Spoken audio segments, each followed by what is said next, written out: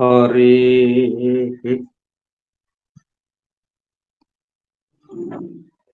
ఆ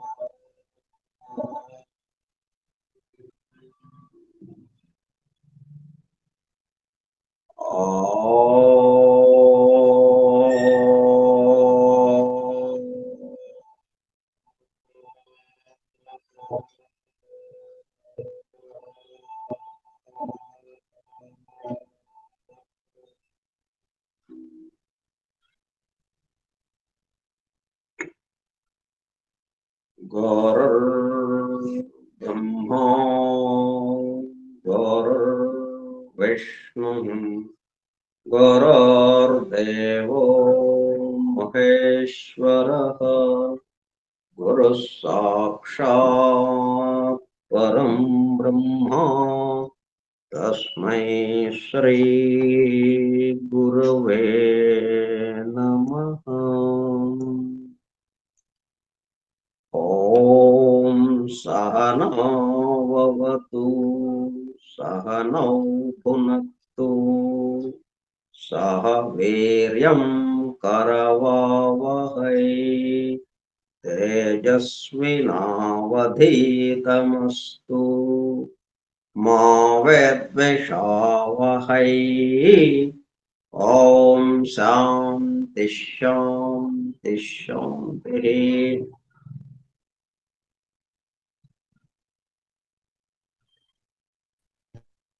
వాసుదేవ 16/9/2025 మంగళవారము రాత్రి 9 గంటల సమయం. డాక్టర్ విలియం జి బెన్హమ్ ఆంగ్ల గ్రంథం the laws of scientific hand writing ఆధారముగా 1994 సంవత్సరంలో నిర్వహింపబడిన శిక్షణా తరగతులలో బోధింపబడిన అంశములు హస్త సాముద్రిక తత్వశాస్త్ర స్వయంబోధిని గ్రంథముగా రూపుదిద్దుకునేది. ఆ గ్రంథము ఆధారముగా ప్రస్తుతము గ్రంథ పఠనము, అధ్యయనము, అవగాహన, ఆత్మదర్శనము కార్యక్రమమునకు స్వాగతం. అందరకు నమస్కారం. మనం అరచేయ ఆకారానికి సంబంధించిన కొన్ని విశేషాలు తెలుసుకుంటున్నాం.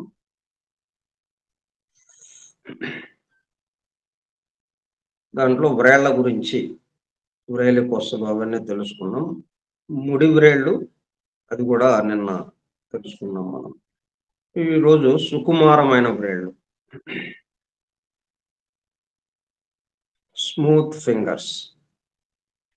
వ్రేలు కొస నుంచి మొదట్లో వరకు ఎక్కడ ముళ్ళు అటువంటి ఏం లేకుండా అది చూపిస్తున్నారు చూడండి.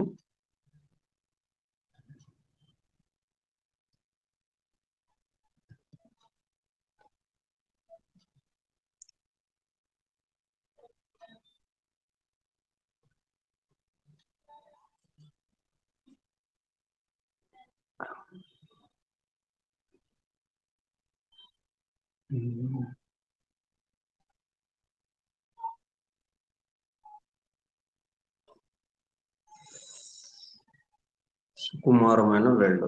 అదే నిన్న పక్కకి తిరిగింది, దీన్ని నిలువుగా మార్చారండి.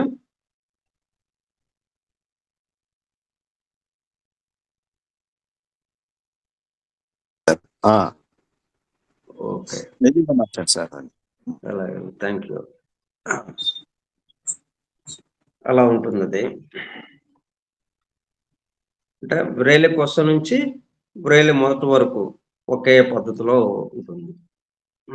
ఇది ఇంకో ఫిగర్ సార్. ఇదే ఇది. ఇది కాదండి, ఉంగరం ఉంటుంది చూడండి. ఆ, ఇది ఉమ్, వెరీ గుడ్, ఇది వ్రేలు మొత్తం మొదటి నుండి చివరి వరకు పెరుగుదలలో ఎక్కువ తక్కువలు లేకుండా, జాయింట్స్ వద్ద పెరుగుదల లేకుండా సమానంగా ఉంటుంది. ఈ 2 జాయింట్స్ ఉన్నాయి కదా, ఆ 2 జాయింట్స్ దగ్గర కూడా ఎక్కువ ఉండదు, అటు ఇటుగా మనకి ఆ ముడి ఉన్న ముడి వ్రేలుకు ఉన్నట్టుగా ఉండదు, ఇక్కడ సమానంగా ఉంటుంది. ఒకవేళ వ్రేలు అడుగు భాగంలో మందముగా ఉంది, అంటే వ్రేలు మొదట్లో ఇప్పుడు ఆ ఉంగరం పెట్టుకున్నారు చూసారు, ఆ ఉంగరం నుంచి అక్కడ మందంగా ఉంది, వెళ్ళే కొంది ఆ వ్రేలు కొస సన్నగా ఉందనుకోండి. ఇప్పుడు ఈ చిటికిన వేలు అలాగ ఉంది, వ్రేలు మొదట్లోనేమో బాగా లావుగా ఉంది, మందంగా, వెళ్ళే కొంది సన్నబడింది. ఆ కొసకి పోయేటప్పుడు కల్లా ఈ చిటికిన వ్రేలు సన్నగా అయింది. పైకి వెళ్ళే కొంది మందం తగ్గుతూ ఉండవచ్చు, కానీ ఆ స్థితిలో కూడా ఈవెన్ గా ఉండడం ఉంటుంది. ఎక్కడ ముడి లేదు మధ్యలో, మనకి ఎక్కడ కూడా ఎక్కువ పెరిగినట్టుగా లేదు, సమానంగా వెళ్ళింది. ఆ స్థితిలో కూడా ఈవెన్ గా ఉండడం ఉంటుంది. సూక్ష్మ బుద్ధితో, విచక్షణ జ్ఞానముతో, తర్కము ద్వారా ఈ విషయములను పరిశీలించడం నాటి జాయింట్స్ కలవారికి ఎలా సహజ గుణములో, ముడివిరేళ్ళు ఉన్న వాళ్ళకి అట్లా ఆలోచన ద్వారా, తర్కము ద్వారా విషయాల్ని పరిశీలించడం ఎట్లాగా ఉంటుందో, స్మూత్ ఫింగర్స్ కలవారికి ఉద్వేగము, ప్రేరణ, ఆంతరంగిక జ్ఞానము సహజ గుణములు. ఇన్ట్యూషన్ ద్వారా పనిచేస్తుంటారు వాళ్ళు ఎక్కువ భాగం, ఆలోచన ఏమి ఉండదు. ఇక ఒకదాని గురించి రోజంతా ఆలోచించడం అనేది ఏమి ఉండదు, అప్పటికప్పుడు వెంటనే నిర్ణయం తీసుకోవటం ఉంటుంది. విషయమును భాగములుగా విభజించి చూడడం, తర్కించడం ఉండవు. కోనిక్ టిప్ కలిగి ఉంటే మనం ఈ చిటికిన వ్రేలులాగా, చిటికిన వ్రేలు కొస ఎలాగుంది, కోనిక్ టిప్ లో ఉంది. అది కిందేమో మందంగా ఉంది, పైకి వెళ్లే కొద్దీ సన్నబడింది. అట్లా కోనిక్ టిప్ ఉంటే కళలలో రాణింపు ఉంటుంది. అయితే ఇక్కడ 2 విషయములను మనం గమనించాలి. ప్రతిభ, సూక్ష్మ గ్రహణ శక్తి, ఆంతరంగిక జ్ఞానము, సామర్థ్యము ఉండడం ఒక విషయం అయితే, ఆ సామర్థ్యములను ఆచరణలోనికి తీసుకురావడం ఇంకొక విషయం. పెయింటింగ్స్ కు సంబంధించి గొప్ప ఊహలు ఉండవచ్చు, కానీ ఆ ఊహలను క్యాన్వాస్ మీద గీయగలిగినప్పుడు దానికి వాల్యూ ఉంటుంది. రవివర్మ, పికాసో వలె ఎంతమంది వాళ్ళ ఊహలను క్యాన్వాస్ మీద పెట్టగలిగారు? ఎందుకని? స్మూత్ ఫింగర్స్ ఉన్న వారి మైండ్కు కళాత్మకమైన గొప్ప ఊహలు, కలలు గనే శక్తి ఉంటుంది. కానీ దానితో పాటు ఫ్లాబీ లేక సాఫ్ట్ హ్యాండ్ అంటే లేజినెస్ ను తెలియజేస్తుంది, బద్ధకాన్ని. స్మాల్ థంబ్ అంటే బొటన వ్రేలు చిన్నదిగా ఉండడం, అంటే పట్టుదల తక్కువగా ఉంటుంది. ఉన్నప్పుడు వీటి ద్వారా మనకు తెలిసే అంశం ఏమిటి అంటే, ఎప్పుడూ ఊహించడం, కళల ప్రపంచంలో తేలడం. అది మరి రవివర్మ, పికాసో వాళ్ళు అలాగా ఇప్పటిదాకా వాళ్ళు గీసింది ఎప్పుడు, ఆ బొమ్మలు గీసింది ఎప్పుడు, మనం ఇప్పుడు ఎన్ని వందల సంవత్సరాలు అయిపోయింది, అయినా కానీ చెప్పుకుంటున్నాం ఆయన గురించి, వాళ్ళ గురించి. ఎందువల్ల అట్లాగా చెప్పుకోగలుగుతున్నామంటే, వాళ్ళు ఎలాస్టిక్ హ్యాండ్, అంటే అరచేయి ఎలాస్టిసిటీగా ఉండడం.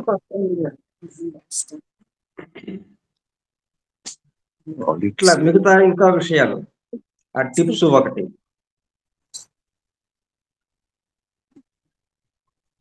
ఈ విధంగా ఉండడం వల్ల వాళ్ళు దాన్ని, ఊహల్లో ఉన్న దాన్ని ఆచరణలోనికి తీసుకురాగలిగారు వాళ్ళు.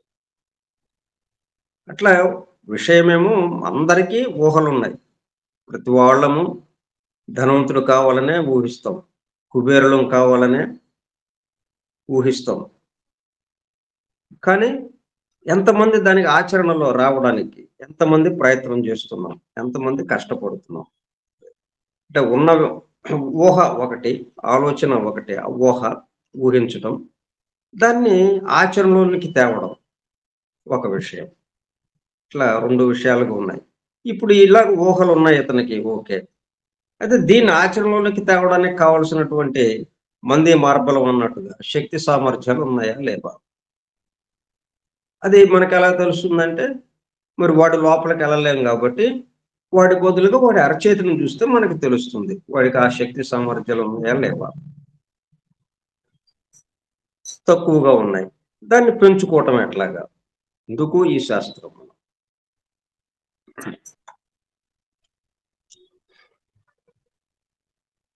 స్మూత్ ఫింగర్స్ ఉన్నవారి మైండ్‌కు కళాత్మకమైన గొప్ప ఊహలు, కలలు గనే శక్తి ఉంటుంది.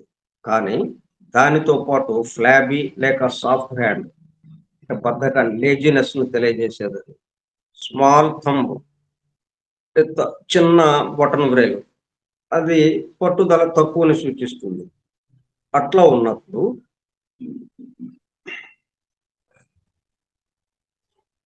అంటే స్మూత్ ఫింగరే. ఉండటానికేమో స్మూత్ ఫింగర్‌గానే ఉంది. కానీ ఇవి అడ్డంకులుగా వచ్చేసినాయి. వీటి ద్వారా మనకు తెలిసే అంశం ఏమిటి అంటే, ఎప్పుడూ ఊహించడం, కలల ప్రపంచంలో తేలడం. అది యాక్షన్‌లోకి రావడం లేదు. ఆచరణలోనికి తేవాలి అంటే, ఒకే ఒక్క మాటతో తప్పించుకుంటారు. ఏమని? రేపటి నుంచి పని ప్రారంభించాలి అన్న మాటతో. రేపు చూద్దాంలెండి అని అంటారు అంతే. ఆ రేపెప్పుడు అనేది తెలియదిక. ఎప్పుడు చూసినా రేపు బోర్డ్ మీద రాసుంటుంది. సరే ఇవాళ ఎళ్ళాం. బోర్డ్ మీద రాసుంది రేపని. ఇప్పుడు నేను నిన్న క్లాస్‌కి ఈరోజు అటెండ్ అవ్వట్లేదన్నాం. మళ్ళీ అదే మెసేజ్ ఇవాళ కూడా పెట్టాల్సొచ్చింది. అట్లాగా బోర్డ్ మీద రేపు అని రాసుంది. సర్లే రేపు వస్తారు కావాలనుకుని మళ్ళీ తెల్లారెళ్ళాం. ఎళ్తే బోర్డ్ మీద అదే ఉంది రేపు అని. అట్లా అయిపోతుందనమాట. ఆచరణలోకి రాదు. ఒకే ఒక్క మాటతో తప్పించుకుంటారు. రేపటి నుండి పని ప్రారంభించాలి అన్న మాటతో. కానీ లార్జ్ హ్యాండ్స్, స్క్వేర్ టిప్ అంటే కామన్ సెన్స్ ఎక్కువగా ఉంటుంది స్క్వేర్ టిప్ వాళ్ళకి. అంటే వాస్తవిక ప్రపంచంలో ఉంటారు వాళ్ళు. బిగ్ థంబ్ అంటే తీవ్రమైన పట్టుదల. పెద్ద బొటనవేలు ఉంటాయి. నాటీ జాయింట్స్ తార్కికము ఆలోచించడం ఉన్న వారికి స్మూత్ ఫింగర్స్ వారికి వలె ప్రతిభ, ఆంతరంగిక జ్ఞానము ఉండకపోవచ్చు. ఎందుకంటే వీళ్ళది స్మూత్ కాదు కదా! స్మూత్ కాదు కాబట్టి ప్రతిభ, ఈ ఇంట్యూషన్, ఆంతరంగిక జ్ఞానము, అంతర్వాణి వినిపించడం ఇవన్నీ వాళ్ళకి ఉండవు. నాటి ఫింగర్ కాబట్టి. కానీ ఏం జరుగుతుందక్కడ? వారికి గల కామన్ సెన్స్ అంటే ఆ స్క్వేర్ టిప్ వల్ల ఉన్నటువంటి కామన్ సెన్స్, తీవ్రమైన పట్టుదల, తార్కికంగా ఆలోచించడం అనే లక్షణాల వల్ల పనిచేయటం ఈ రోజే ఆరంభిస్తారు. అనే లక్షణాల వల్ల పనిచేయడం ఈ రోజే ఆరంభిస్తారు. రేపు అన్నది లేదు వాళ్ళ దగ్గర ఇక. అయితే వారు ప్రకృతిని పరిశీలిస్తూ అడవులు, ప్రకృతి దృశ్యములను సృజనాత్మకతతో కాకుండా ఉన్నదున్నట్లు కాపీ చేస్తూ వాటిలోని అందాలను పెయింటింగ్స్‌లో వేయడం జరుగుతుంది. సంజీవ్ రాజు ఒకసారి ఫోన్ నుంచి కాల్.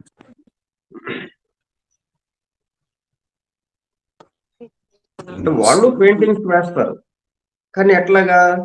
ఉన్నదున్నట్టుగా అన్నట్టుగా. దానికి నక్షీలుగా చెక్కడం, దాని అందాన్ని మెరుగుపరచడం అట్లాగా చేయరు. ఆ ఊహలకి పనులు చెప్పడం అలాగా ఉండదది. తన చుట్టూ ఉన్న దృశ్యములలోని సుందరత్వాన్ని క్యాన్వాస్‌పై చిత్రీకరించగలిగి, తన కాలంలో గొప్ప చిత్రకారుడుగా కీర్తింపబడుతుంటాడు. అందువల్ల స్మూత్ ఫింగర్స్ ఉన్నవారే ఆర్టిస్ట్సు, మిగతా వాళ్ళు కాలేరు అనేది కూడా లేదు. అట్లా కూడా మనం అంటే ఆర్టిస్ట్ అన్నది సౌండ్ ఉంటారు అందరూ గీయొచ్చు. కానీ ఆ గీసే విధానంలో తేడా ఉంది. హలో సార్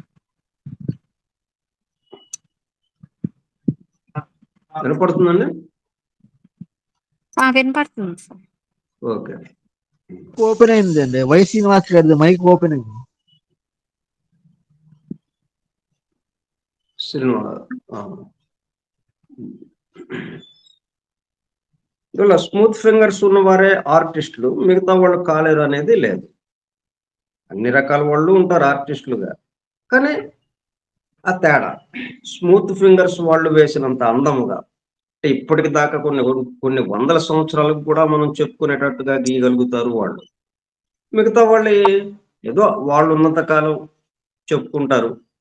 ఆ తర్వాత ఇక దాని గురించి మర్చిపోతారు. అట్లా ఉంటుంది. లైఫ్ కరెంటు తక్కువ అడ్డంకితో ప్రవహిస్తుంది అనేది బాగా గుర్తుపెట్టుకోవాలి మనం. ఈ ఒక్క సూత్రమే మనం ఎన్నో సమస్యలకి పరిష్కారం లభిస్తుంది మనకి. లైఫ్ కరెంటు వ్రేలి కొసల నుంచి లోపలికి ప్రవేశించటం. అలాగే హస్త రేఖలు ఉన్నాయి మనకి, అరచేతిలో రేఖలు. ఆ రేఖలు కూడా లైఫ్ కరెంటు ప్రసరిస్తూ ఉంది దాని ద్వారా అని ఆ భావన మనకు ఉన్నప్పుడు ఏమవుతుందంటే, అప్పుడు అడ్డంకులు, అవరోధాలు లేకపోతే ఏమీ అడ్డంకులు లేకుండా తిన్నగా సూటిగా వెళ్ళిపోవటం, ఈ విషయాలు మనకి గమనికలోకి వస్తుందన్నమాట. ఆ లైఫ్ కరెంట్ అన్నది లేకపోతే మనం దీన్ని ఎట్లా వివరించుకోలేము మనం. లైఫ్ కరెంట్ తక్కువ అడ్డంకితో ప్రవహిస్తుంది అనేది బాగా గుర్తుపెట్టుకోవాలి. ఎవరికి? స్మూత్ ఫింగర్స్ వాళ్ళకి. నేను ఎక్కడ అడ్డంకి లేదు ఇక. అదే నాటీ జాయింట్స్, ముడి వ్రేళ్ళు ఉన్నాయి అనుకుంటే అక్కడ ఆగిపోతుంది, ఎక్కువ టైం పడుతుంది అక్కడి నుంచి అదంతా దాటుకుని రావడానికి. వీరి అభిరుచులన్నీ కళాత్మకంగా ఉంటాయి. అంటే స్మూత్ ఫింగర్స్ వాళ్ళది కళాత్మకంగా ఉంటాయి. ఆలోచనకు అవకాశం తక్కువతో ప్రేరణతో పనులు చేయడం ఉంటుంది. ప్రతి విషయముల యొక్క లోతులకు వెళ్ళి శోధించడం ఉండదు. ఎందుకంటే వాళ్ళు ఉండేదే లోతులలో కాబట్టి మనస్సుకు దగ్గరగా. ఇప్పుడు మనకి వ్రేలి కొస సన్నగా అయిపోయింది. దానివల్ల అది ఏం తెలియజేస్తుంది? ప్రకృతికి దగ్గరగా ఉండడం అన్నట్టుగా తెలియజేస్తుంది. ప్రకృతికి దగ్గరగా ఉంది కాబట్టి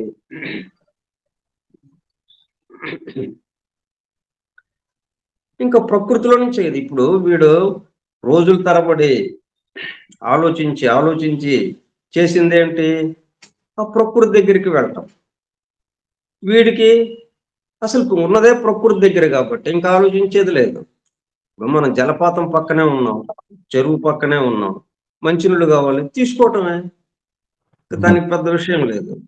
అదే ఎక్కడో దూరంగా ఉన్నారు, అక్కడెక్కడ నీటి సదుపాయం లేదు, ఆ కొండలో ఆ బిందెలో నెత్తి మీద పెట్టుకుని నడుచుకుంటూ మరి మనకి కొండల్లో ఆ గిరిజనులు వాళ్ళు మైళ్ళ తరబడి నడుచుకుంటూ ఆ చలమ దగ్గరికి వెళ్ళి ఆ నీటి ప్రవాహం దగ్గరికి అక్కడ నీళ్లు తీసుకుని మళ్ళీ ఇంటికి వెళ్తాం.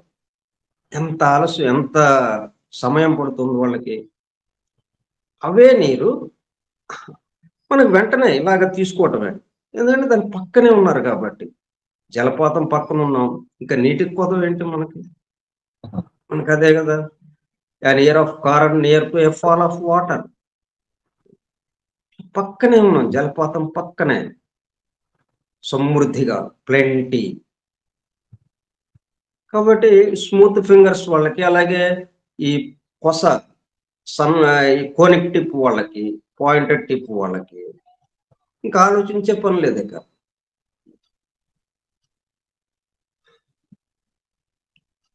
అంటే విశ్లేషించుకోవాల్సిన అవసరం లేదు వాళ్ళకి. లోతులకు వెళ్ళి శోధించడం ఉండదు. ఎందుకంటే వాళ్ళు ఉండేదే లోతులలో కాబట్టి మనస్సుకు దగ్గరగా. అందువల్ల తమతో పాటు ఉన్న వాటి గురించి ప్రత్యేకించి ఆలోచించాల్సిన అవసరం లేదు కాబట్టి. ఇప్పుడు నీళ్ళు ఎలాగండి దొరుకుతాయో లేవో, ఇప్పుడు 2-3 రోజుల పాటు మనం వాడుకోవటానికి వీలుగా 2-3 బిందెల్లో తెచ్చుకుందాం నీళ్లు అన్న ఆలోచన వస్తుందా? ఈ చెరువు పక్కన లేకపోతే జలపాతం పక్కన ఉన్నోడికి ఎవరికి వస్తుంది ఆలోచన? అది ఎక్కడో ఉంది. వీళ్ళేమో 10 కిలోమీటర్ల దూరంలో ఉన్నారు, ఇక్కడి నుంచి నడుచుకుంటూ వెళ్ళి తెచ్చుకోవాలి. వాళ్ళకు వస్తుంది ఆలోచన, ఎప్పుడు తెచ్చుకుందాము, ఎలా తెచ్చుకుందాం, 2-3 రోజులకి సరిపోను ఎలాగా, మరి రోజు వెళ్ళాలంటే పనులు మానుకోవాల్సి వస్తుంది కాబట్టి అని అట్లా ఆలోచిస్తారు వాళ్ళు. అట్లా వాళ్ళు ప్లానింగ్ చేసుకుని నీళ్ళని తెచ్చుకోవడం ఎట్లాగా, వాడుకునే నీళ్లు అన్న విధంగా వీళ్ళకు ఉంటుంది. వీడికి కావలసినప్పుడు చెబుతూ ఉంచుకోవడం అన్నట్టుగా ఉంటుంది వాడికి. కాబట్టి వీడికి ఇంకా ఆలోచించాల్సిన అవసరం లేదు కదా. అది ఇద్దరికి ఉన్న తేడా. మనకి స్క్వేర్ టిప్పు, స్పాచులేట్ టిప్పు, ఆ కొస వేలి కొస స్క్వేర్గా ఉన్నా కానీ స్పాచులేట్గా అంటే హాఫ్ రౌండ్ అర్ధవృత్తాకారంలో ఉన్నా కానీ ఇట్లాగా ఆలోచించాల్సిన అవసరం ఏర్పడుతుంది. అదే కోనిక్ టిప్పు శంకు ఆకారంగా పాయింటెడ్ టిప్పు ఈ ఇద్దరికి ఇంకా ఆలోచించే పని లేదు. ఇది నాటీ జాయింట్స్ వారు మనస్సుకు దూరంగా ఉండడం వల్ల విషయమునకు దూరమై దాని లోతులకు వెళ్ళి శోధించడం ఉంటుంది. నీళ్లు కావాలి అంటే వెళ్ళాలి 10 కిలోమీటర్లు 20 కిలోమీటర్లు నడుస్తూ వెళ్ళి తెచ్చుకోవాలి. అందువల్ల వాళ్ళు ఆలోచించాల్సిన అవసరం ఏర్పడింది నాటీ జాయింట్స్ వాళ్ళకి. నాటీ జాయింట్స్ ఏంటి దూరంగా వెళ్ళారు, ప్రకృతికి కొంచెం దూరంగా అన్నట్టుగా. అంటే మనకి ఏదైతే కావాలని అనుకుంటున్నామో, దేని గురించి మనం ఆలోచిస్తున్నామో ఆ విషయానికి దూరంగా ఉన్నారు. అందువల్ల దాని గురించి ఆలోచించాల్సిన అవసరం ఏర్పడింది. ఈ స్మూత్ జాయింట్స్ వాళ్ళు అలాగే కోనిక్ టిప్పు పాయింటెడ్ టిప్పు వాళ్ళు పక్కనే ఉన్నారు. అందువల్ల ఇక వాళ్ళకి అవసరం లేదు, ఆలోచించే అవసరం లేదు. ఇప్పుడు మనం ఎందుకు ఇన్ని కార్యక్రమాలు పెట్టుకున్నాం? ఆ దైవానుభూతి, ఏకత్వానుభూతి ఈ గోలే కదా, దీనికోసమేగా. ఎందుకని? దూరంగా ఉంది, అది అసలు కనపట్లేదు మనకి. అది ఉందో లేదో కూడా తెలియటం లేదు. ఏదో చేస్తున్నాం, పెద్దోళ్ళు చెప్పారు చేస్తున్నాం, ఏమో దొరుకుతుందేమో అన్నట్టుగా చేస్తున్నాం. ఎంత దూరం ఉందో కూడా తెలియదు మనకి. అందువల్ల ఇంత శ్రమ పడుతున్నాం మనం. అదే అసలు మనమే, అదే మనం కదా, ఇంకేంటి గోల అని వీళ్ళకి అనిపిస్తుంది. Smooth fingers, conic tip, pointed tip వాళ్ళకి ఇంకా దాని గురించి ఇక ఆలోచన ఉంది, నేరుగా ఆ దైవానుభూతిలోకే వెళ్ళిపోతారు. అది గుర్తొచ్చేస్తుంది వాళ్ళకి అంతే. ఇక ఆ ఇంట్యూషన్, తమ యొక్క నిజస్థితి గుర్తొచ్చేస్తుంది. ఇది ఇద్దరి మధ్యన ఉన్న తేడా. కావున నాటీ జాయింట్స్ గలవారు రీజనింగ్ ను ఉపయోగించకపోవడం ఎంత ప్రమాదము. మరి దూరంగా ఉంటే మరి ఈ కార్యక్రమాలు మనం చేయలేదనుకోండి, మనమే అదంట కదా. ఇది మనదేమో నాటీ జాయింట్, స్క్వేర్ టిప్పు. కానీ మనం ఏమనుకుంటున్నాం, వాళ్ళు ఎవరో చెప్పారని చెప్పి మనమే దైవాంశం అంటాం మనం. కాబట్టి ఇంకా ఆలోచించక్కర్లా మనం అని అంటే అట్లా కుదరదు. అనుభూతి రావాలి కదా, అనుభూతి రాదు. మనకు అనుభూతి రావాలంటే ఆలోచించాల్సిందే, దానికి సంబంధించిన కార్యక్రమాలు చేసుకోవాల్సిందే. నిరంతరం దాన్ని స్మరిస్తూ, జపిస్తూ, ధ్యానిస్తూ ఆ సేవా మార్గంలో ఇతరులకు సేవ చేస్తూ ఇట్లా ఇవన్నీ ఆ సద్గ్రంథ పఠనము, సత్కర్మాచరణము, సత్సంగము, ఇట్లా ఇవన్నీ చేస్తూ ఉంటే తప్ప మనకు ఆ దైవానుభూతి అందదు. మనలో ఆ దైవానుభూతి పట్ల మేలు కాంచడంకి వీలు పడుతుంది అట్లా ఉన్నప్పుడు మాత్రమే. ఇది నాటీ జాయింట్స్ వాళ్ళకి. స్మూత్ జాయింట్స్ వాళ్ళకి అసలు ఈ గొడవ అంతా లేదు. ఇంకా మనమే అది, ఇంకేంటి, సోహం సహాహం అతడే నేను, తీసే ఇంకా అన్నట్టుగా హాయిగా కూర్చుంటారు. కాబట్టి ఇక్కడ నాటీ జాయింట్స్ గలవారు రీజనింగ్ను ఉపయోగించకపోవడం ఎంత ప్రమాదమో, స్మూత్ ఫింగర్స్ గలవారు రీజనింగ్ను ఉపయోగించడం అంత ప్రమాదకరం. ఇక్కడ జాగ్రత్తగా మనమేమో మరి ఇవన్నీ చేయాలి, ఎందుకంటే మన స్మూత్ ఫింగర్స్ కాదు, నాటీ ఫింగర్స్ వల్ల ఈ కార్యక్రమాలన్నీ మనం చేస్తూ క్రమక్రమంగా దానికి దగ్గర అవటం. స్మూత్ ఫింగర్స్ వాళ్ళు ఈ కార్యక్రమాలు అక్కర్లేదు. అయితే మిగతా వాళ్ళ కోసం ఈ కార్యక్రమాల్లో పాల్గొంటూ వాళ్ళకి ప్రేరణగా నిలబడచ్చు. మనం ఎట్లాగూ ఇంకా ఆలోచించే పని లేదు, చేయాల్సిన పని లేదు, ఏం లేదు. దైవానుభూతిలో ఉన్నాం. ఇంకేంటి, ఖాళీగానే ఉన్నాం కదా. అదిగో వాళ్ళు బాధపడుతున్నారు. ఇంకా అసలు అందట్లేదు, వాళ్ళకి చాలా దూరం ఉందని అనుకుంటున్నారు. వాళ్ళ సంగతి చూద్దాం అని చెప్పి వాళ్ళకి ఉపయోగపడేటట్టుగా చేయొచ్చు. అది స్మూత్ ఫింగర్స్ వాళ్ళకి. స్మూత్ ఫింగర్ ఎందుకు వచ్చింది అంటే, తాము త్వరగా మేల్కొంచి దాని పట్ల, దైవానుభూతి పట్ల మిగతా వాళ్ళని మేల్కొల్పడానికి ఉపయోగపడేటట్టుగా, ఆ నాటి ఫింగర్స్ వాళ్ళకు ఉపయోగపడేటట్టుగా అందుకు ఈ స్మూత్ ఫింగర్ ఏర్పడటం జరిగింది. అందువల్ల ఇక్కడ రీజనింగ్ ఎవరు ఉపయోగించాలి? నాటి ఫింగర్స్ వాళ్ళే ఉపయోగించాలి. నాటి జాయింట్స్ ఉన్న వాళ్ళు మాత్రమే. అలాగే నాటి జాయింట్స్ వాళ్ళు రీజనింగ్ లేకుండా నేరుగా దూకుతామంటే అక్కడ నేల తప్ప నీళ్లు లేవు కదా దూకటానికి. నీటిలో దూకి హాయిగా ఈత కొట్టుకుంటూ ఆ నీళ్లు తాగుతూ ఉండొచ్చు అనటానికి అక్కడ నీళ్లు లేవు. కాబట్టి మనం రీజనింగ్ లేకుండా, థింకింగ్ లేకుండా మనకు అందటం అనేది అత్యంత కష్టతరం. కాబట్టి రీజనింగ్ ఉపయోగించాలి నాటి జాయింట్స్ ఉన్నవాళ్ళు. స్మూత్ ఫింగర్స్ వాళ్ళు రీజనింగ్ ఏమాత్రమూ ఉపయోగించక్కర్లేదు. ఇప్పుడు నీటి పక్కనే ఉండి ఎట్లా మనకి 2-3 రోజులకు ఉపయోగపడేటట్టుగా ఒక 4-5 బిందెలు తీసుకురండి, మళ్ళీ రేపు ఉంటాయో ఉండవో. జలపాతం అది, మళ్ళీ రేపు ఉంటాయో ఉండవో. పక్కన ఉంది జలపాతం, కానీ ఏమో రేపు ఉంటాయో ఉండవో. తీసుకురండి 4-5 బిందెలు, జాగ్రత్త పెట్టుకుందాం అని ఇట్లాగా ఆలోచిస్తే అది దానికి సరిపడటం లేదు కదా.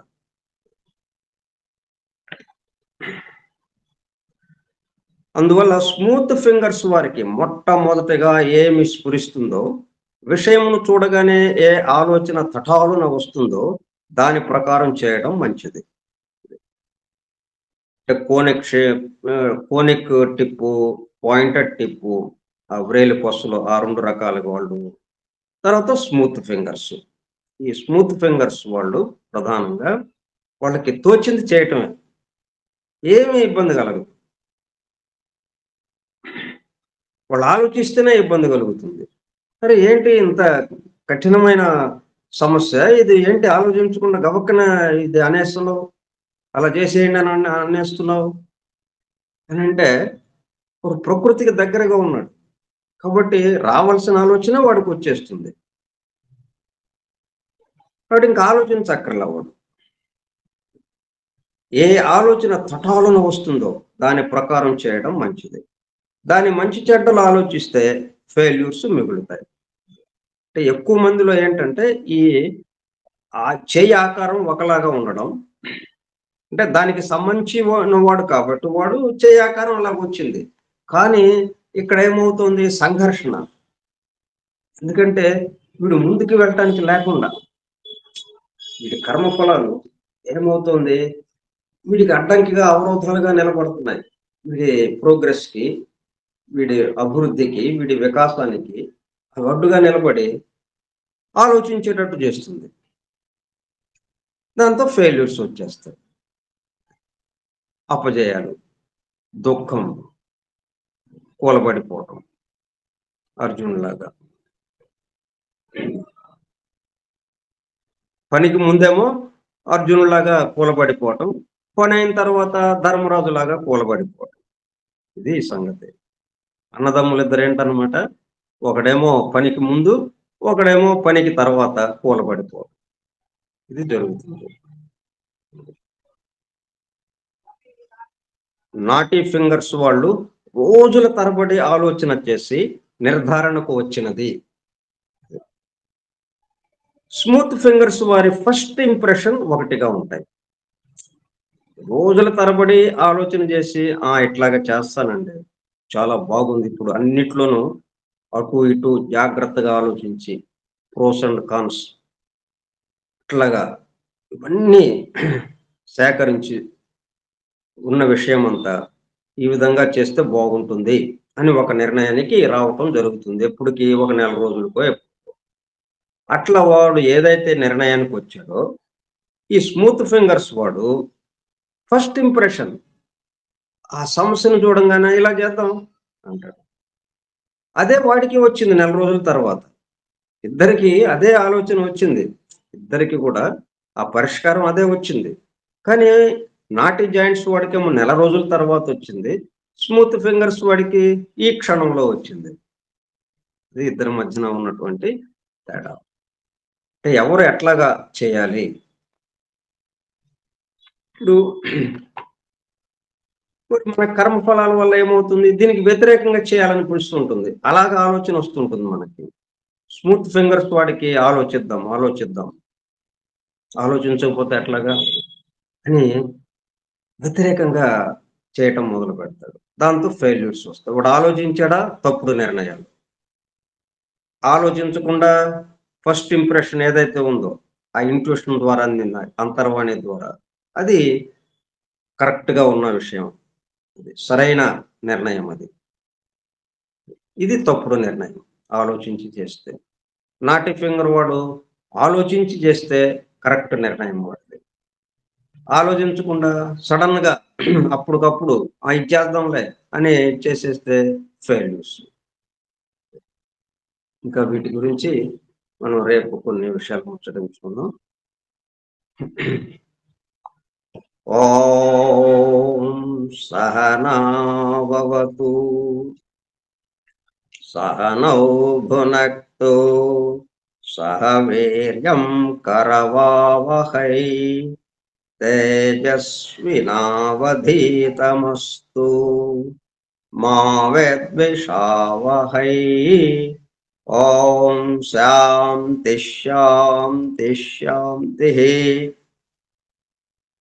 స్వస్తి ప్రజాభ్యః పరిపాలయంతాం న్యాయేన మార్గేణ మహీం మహిషాః. గోబ్రాహ్మణేభ్యః శుభమస్తు నిత్యం. లోకాః సమస్తాః సుఖినో భవంతు. లోకాః సమస్తాః సుఖినో భవంతు. లోకాః సమస్తాః సుఖినో భవంతు. ఓం శాంతి శాంతి శాంతి. వాసుదేవ.